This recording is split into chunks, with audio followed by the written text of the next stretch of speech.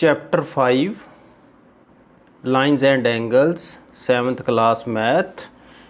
Lines and angles के बारे में पहले लोअर क्लासेस में भी इसकी जानकारी दी गई है।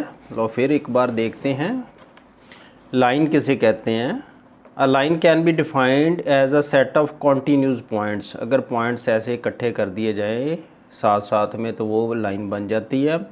That has an indefinite length, इसकी लंबाई को मापा नहीं जा सकता। और इसको हम डिनोट कैसे करते ए बी, ऐसे लाइन की जे सिंबल है ऊपर ऐसे डाल देते हैं। तो लाइन को लगाने के लिए हम क्या करते हैं, ये लाइन है इर्द गिर्द इसके लेफ़्ट और राइट साइड के जो एंड पॉइंट्स होते एरो लगा देते हैं। अब ये थे ए पॉइंट बीच में रख देंगे, एक बी पॉइंट रख देंगे, तो इसे लिख देंगे लाइन ए बी। ऐसे भी लिख सकते हैं, तो ऐसे भी लिख सकते हैं ए बी के ऊपर लाइन का सिंबल डाल के। अब लाइन की लंबाई नहीं मापी जा सकती। एक बात याद रखना है, जो लाइन लगानी है वो उसकी थिकनेस नहीं होती, इसलिए हमेशा ब्रिक पेंसिल से ही लाइन लगानी चाहिए। दूसरी डेफिनेशन हमारे पास आ गई रे की। A ray can be defined as a part of a line that has a fixed starting point। एक इसका फिक्स्ड पॉइंट है बट नो एंड पॉइंट, दूसरी तरफ एंड पॉइंट नहीं है। जैसे सन रेज सन से चलती, वहाँ सन वहाँ एंड पॉइंट हो गया, दूसरी तरफ उनका कोई एंड पॉइंट नहीं होता। इसलिए रे का एक एंड पॉइंट है, दूसरा साइड पे एंड पॉइंट नहीं है। जिधर एंड पॉइंट नहीं उधर एरो लगा देते हैं। इसकी भी हम लंबाई नहीं माप सकते। It can be extended infinitely in one direction. इसको लिखने के लिए ऐसे भी लिख सकते ए बी ऊपर रे का सिंबल डाल के, और ऐसे भी लिख दो रे ए बी। एक बात याद रखना, जो एंड पॉइंट है उसे हम पहले लिखते हैं, दूसरा पॉइंट बाद में लिखते हैं। Again line segment, that is important.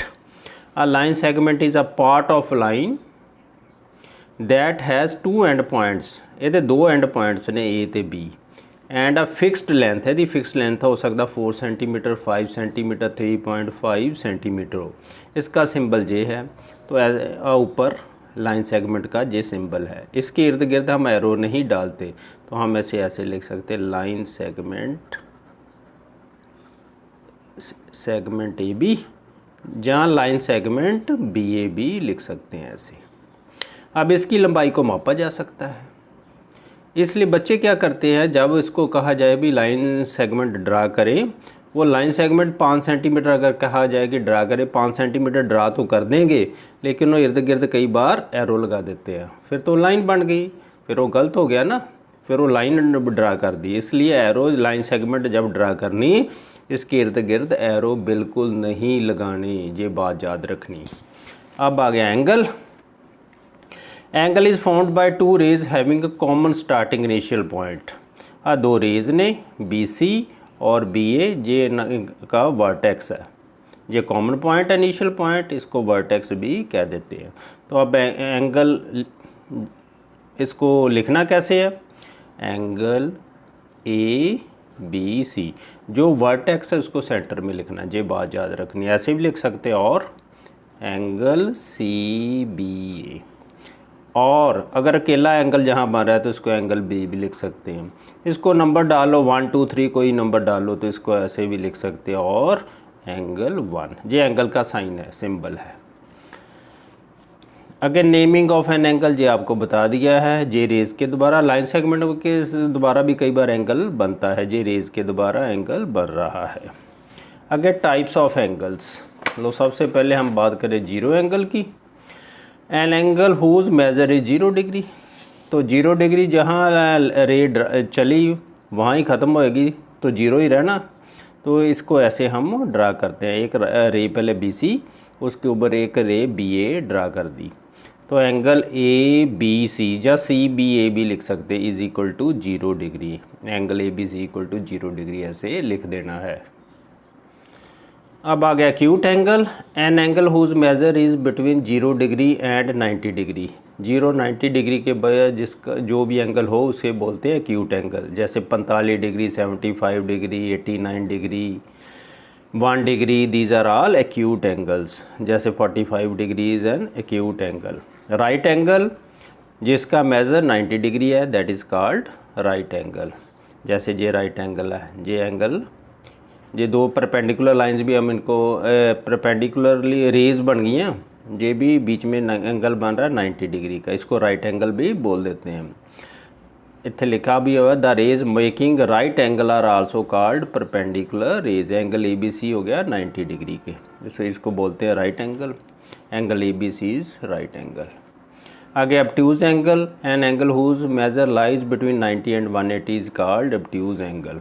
जो 90 और 180 डिग्री के बीच में हो, जैसे 120 है ना, 91 से शुरू हो जाना इसने, 90.1 समझ लो, मतलब 90 से बड़ा होना चाहिए, 90 से बड़ा होना चाहिए और ग्रेटर दैन 90 और 180 डिग्री से छोटा होना चाहिए। कहने का मतलब 90 डिग्री और 180 डिग्री के बीच बीच होना चाहिए, तो वो होगा ऑब्ट्यूज एंगल।